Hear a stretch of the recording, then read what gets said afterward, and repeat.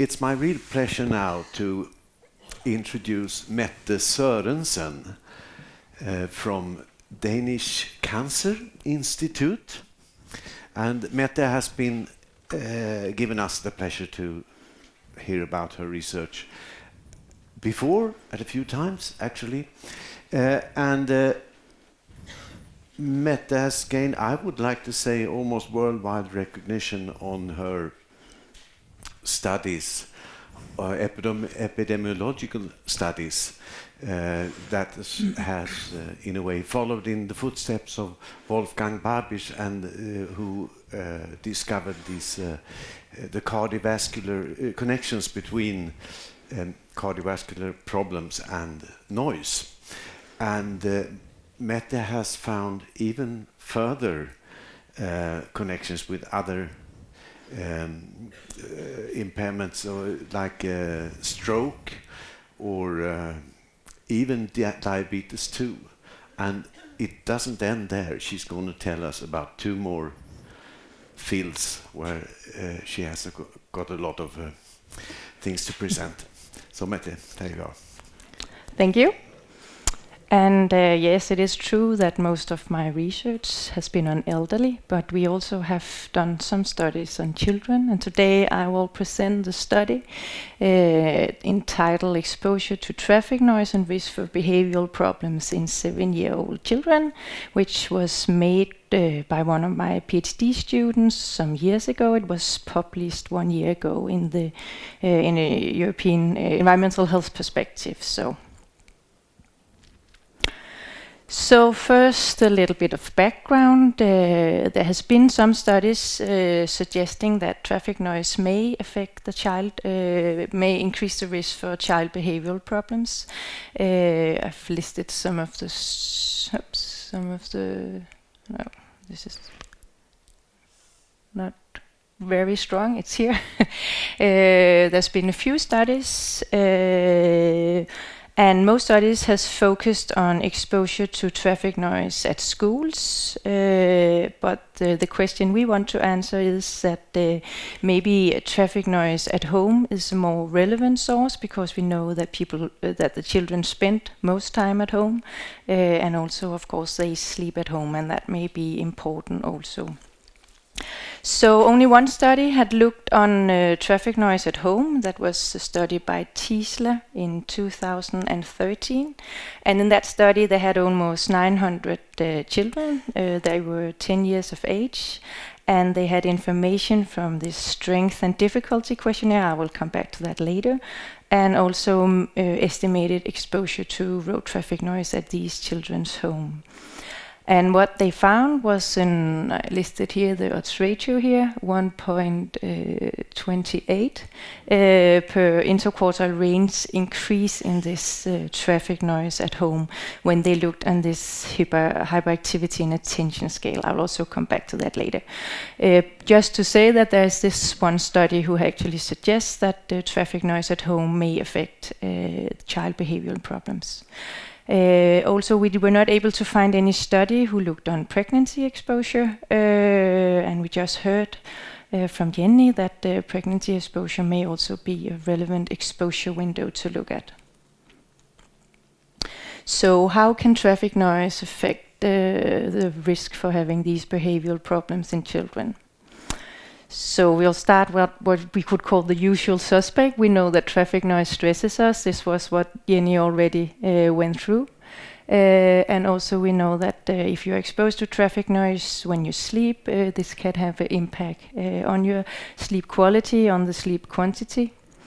And if we then start to look at this, it could be the exposure to the mother during pregnancy. It could increase if the mother during pregnancy were exposed to traffic noise. She could have increased level of cortisol, as Jenny again explained.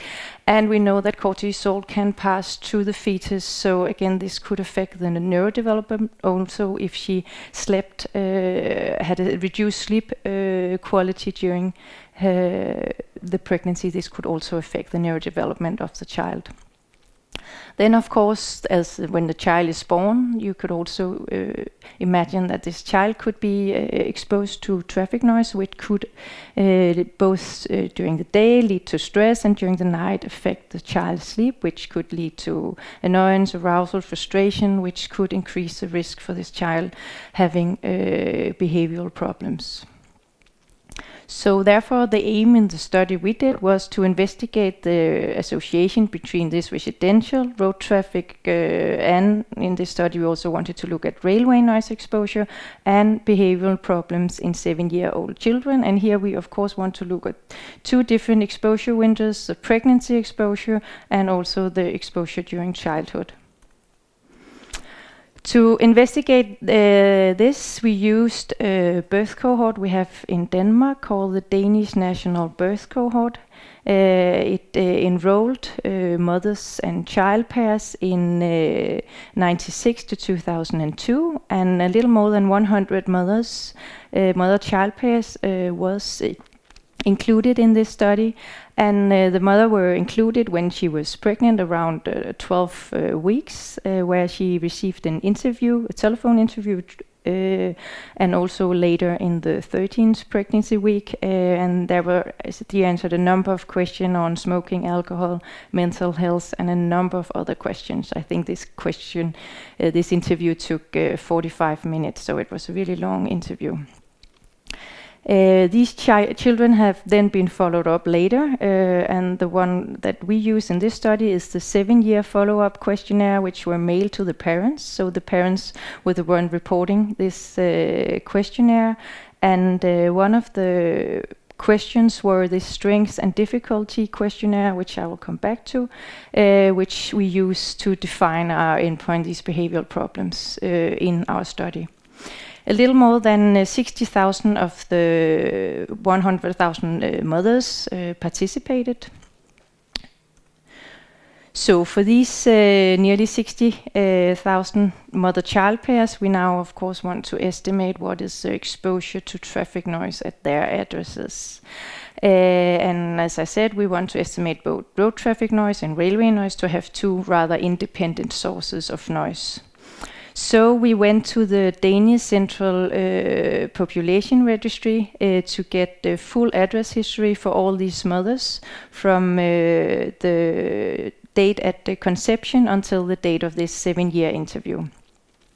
And for each of these addresses, these were geocoded. We had information on height, floor, and these are then the input variable for this noise model that we use, based on the Nordic prediction method. The computer software is called SoundPlan, and into this is of course an important input variable, but other input variables to this exposure model is the old Danish building polygons, and if we talk about road traffic noise, we have gathered information for all road lines in Denmark with more than 1,000 vehicles on the traffic composition on this road. That is how many heavy vehicles, how many light vehicles are on this road.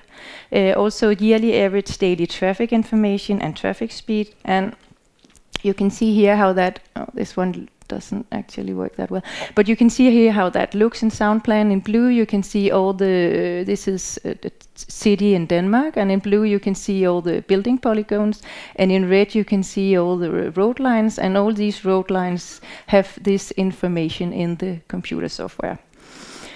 And then we can get an estimate of noise, road traffic noise, at the most exposed facade of each of the addresses we have in our study. The same is done with the railway. We have from Bane Danmark, which is a Danish railway company. We had information for each railway links on annual average daily train lengths, train types, travel speed, and also noise barriers along the railways. And because especially for road traffic noise, we know that air pollution might be important to adjust for, we have also on each of these addresses estimated exposure to air pollution. So this is to show you how the noise distributed in this cohort study. You can see here, up here you have road traffic noise, and down here you have railway noise. And if we start by road traffic noise, you can see it goes from 40 decibels to 85 decibels. This is during pregnancy, and this is during childhood, and they are rather similar. And here we have railway noise. There we have only 13 to 15% exposed to railway noise in Denmark. And it distributed from 20 decibels up to this, a little more than 80 decibels. So I promised to get a little back to this strengths and difficult questionnaire, which is the questionnaire that the parents fill in at around 7 years of age of their child. And this is a screening tool made by Goodman that is telling you something about the child behavior. And we use the Danish version, translation version from 2003. And what it consists of is 25 items, or you could also call it questions, but in this terminology they like to call it items. But 25 items that the parents answer about their child. And by using this, you can generate these 4 different categories. You will get an estimate of emotional systems, conduct problems, hyperactivity, inattention, per-relation problems, and pro-social behavior. And these 4 are then summed up to what you call a total difficulty scores.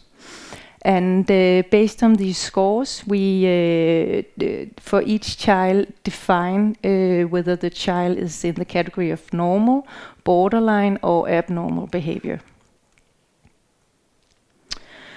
So we have these nearly 60,000 children to start with. We excluded 3,000, which were in this cohort with more than 1 pregnancy. So we excluded the second pregnancy to avoid that there were any dependency. We only included singletons, so we excluded all the twins, triplets. We excluded the children where we didn't have noise data on, and we excluded children where we don't have this strengths and difficulty questionnaire complete, and we excluded children where we didn't have any confounders, and this made a data population on 46,940 children. So briefly on the statistical analysis, it was logistic regression, and what's important here is that the input, traffic noise input that we use were of course mean average or average through the entire pregnancy. That was 1 exposure window, and also from birth to 7 years of age we made a mean, how much was the child exposed to during this period. For railway noise we used the exposure at the time the child was answering the questionnaire. And then we calculated odds ratios for being borderline or normal if we use this abnormal as category.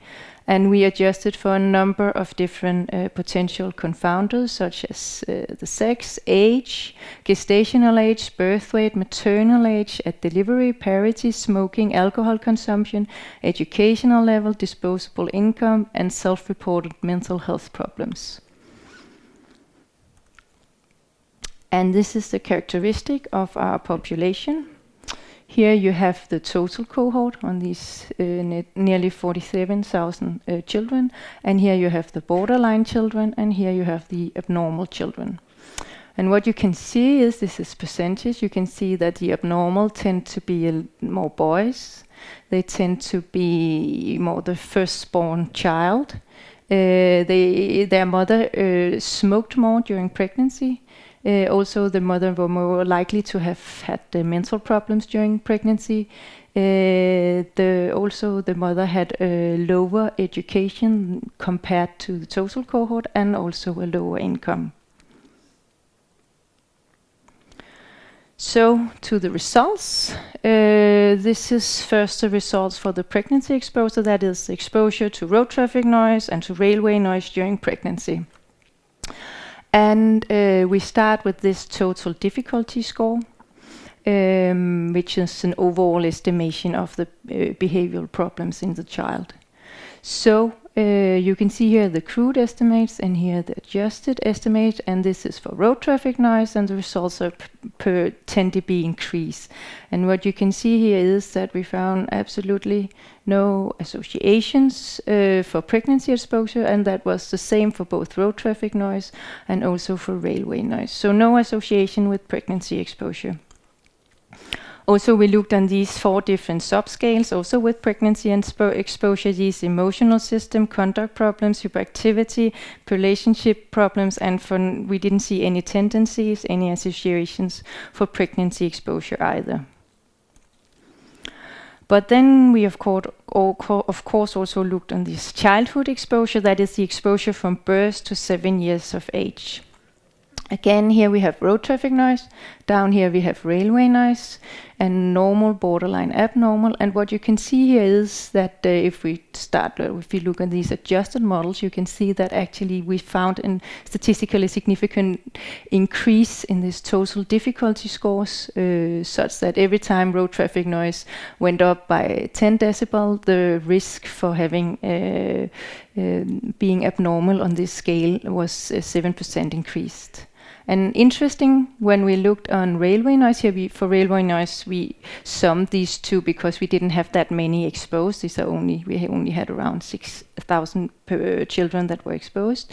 You can see we actually found the same, a statistically significant risk for being abnormal if we were exposed to railway noise. So again, we tried to look at these 4 subscales also, and we could see that especially for this hyperactivity in attention scale, we found a statistically significant increase, and this was both in the borderline group and also in the abnormal group. And interesting, we found the same tendencies also for railway noise, and I think it's important because actually we find only very weak associations between road traffic noise and railway noise, so these are 2 relatively independent sources which seem to lead to the same result. Also, the subscale per relationship, we saw some tendencies of an increase. It wasn't statistically significant. It was for railway noise, but not for road traffic noise. And the 2 other scales we didn't find any associations with. So, to conclude, in our study we found that exposure to traffic noise at home during pregnancy was not associated with behavioral problems in children when they reached 7, but that road traffic noise and railway noise during childhood may be associated with these behavioral problems, especially hyperactivity and per relation problem. And just to say that this, of course, meant that we were interested in trying to maybe look a bit further into that. And Maria, who's also here today, and I have therefore started to do a study where we used a sub-cohort of this large 100,000 cohort called the Lifestyle During Pregnancy Follow-up Study, which has 1,750 children. But for these children, they have been talked to physicians, psychologists, and we have detailed information on IQ, cognitive, behavioral, emotional, and social function at the age of 5 for these children, and we also have information on sleep for these children. So we want to try to look more into this, but at fewer children, but with much more detailed information. So first of all, I would just like to acknowledge Dorit, who was the one who actually did all the data collection here and the analysis and wrote the paper, and Anne-Marie Nybo Andersen, which is the one who are more or less responsible for making this large cohort. And to Creal in Barcelona, because I don't know that much about these scales, so therefore I sent Dorit to Barcelona to learn how to actually use these scales. And also, of course, to the European Research Council, which funded the study. So thank you for your attention.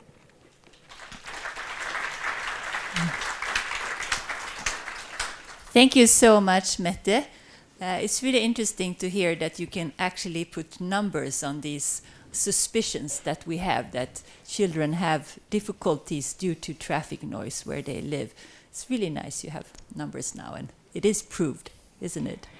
Yeah, I think we need a little more studies. So, but it points in that direction. I agree. Yeah. So, questions?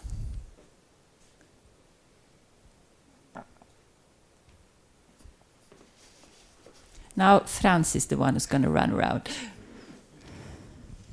Hello, I'm Minna Huotilainen from Helsinki and Uppsala.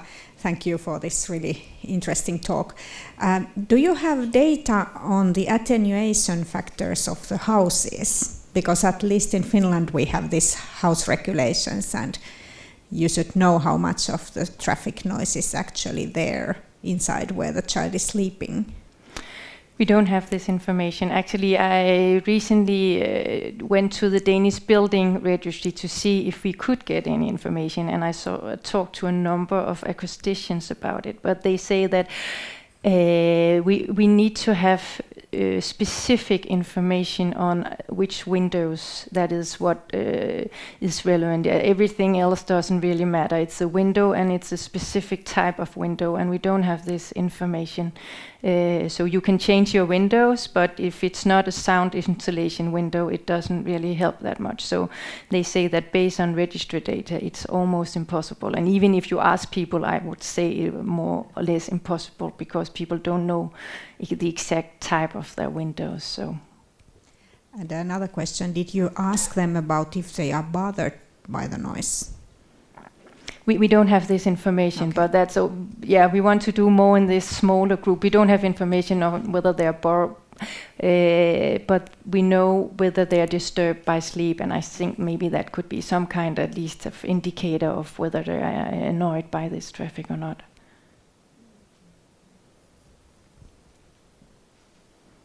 Okay, thank you. Kerstin wants to ask a question. Thank you, Mette. Very, very interesting.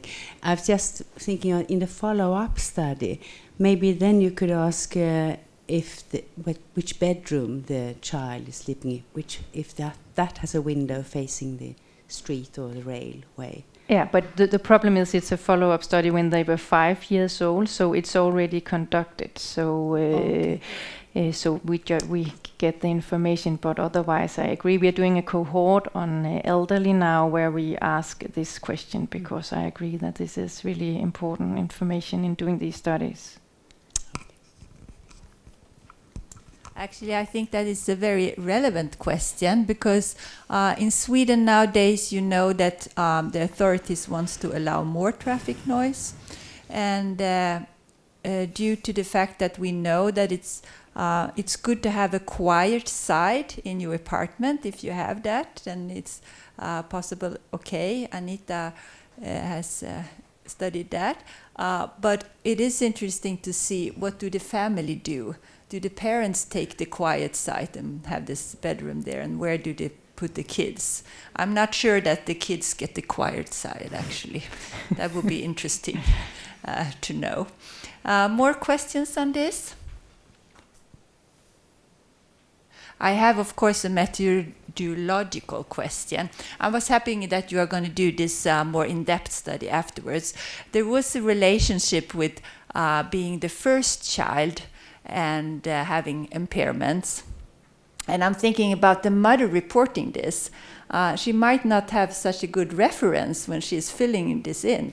I don't know. Do you have any comment on that? Maybe she thinks her child is really a trouble all the time if she doesn't have a reference. Yeah, I don't know that much about the subject, but you could of course speculate that that could be the case. Also, when you only have one child, then maybe it's easier to find the time to actually go through this hard screening program. But it's just that they are the firstborn, so you could have had a sibling 2 years or something later. So it's not that they are only, but because these are filled in when they are 7. But I don't actually know why. Because it was actually really strong. It was a high percentage, much more higher percentage, but I don't know exactly why that is. I think we have a question. Did you have one more question? Yes. Yeah. Please, Irene van Kamp. Should be on. Okay. Okay. Yeah, we looked into this on the range data around major airports, and we did find a weak association between the noise levels and hyperactivity on the strength and difficulty scale. So there's some evidence already there. But I still wonder about the mechanism. I'm not sure if there's an immediate pathway, really. So we actually concluded that in children who have hereditary hyperactivity, it might be enhanced or deteriorate because of the noise, but it's more like an indirect pathway. How do you see that? Yeah, I actually agree. It could be the thing that is actually tipping the child. So we have a child that is maybe predisposed of this, and when they are exposed, this is what tips them to being abnormal. I agree that seems also because we didn't see anything at all in this pregnancy exposure. So it's it would be something that the child experienced. So I think that's because also there this high genetic issue also. So I agree that it could be the things that tips it. Okay, thanks.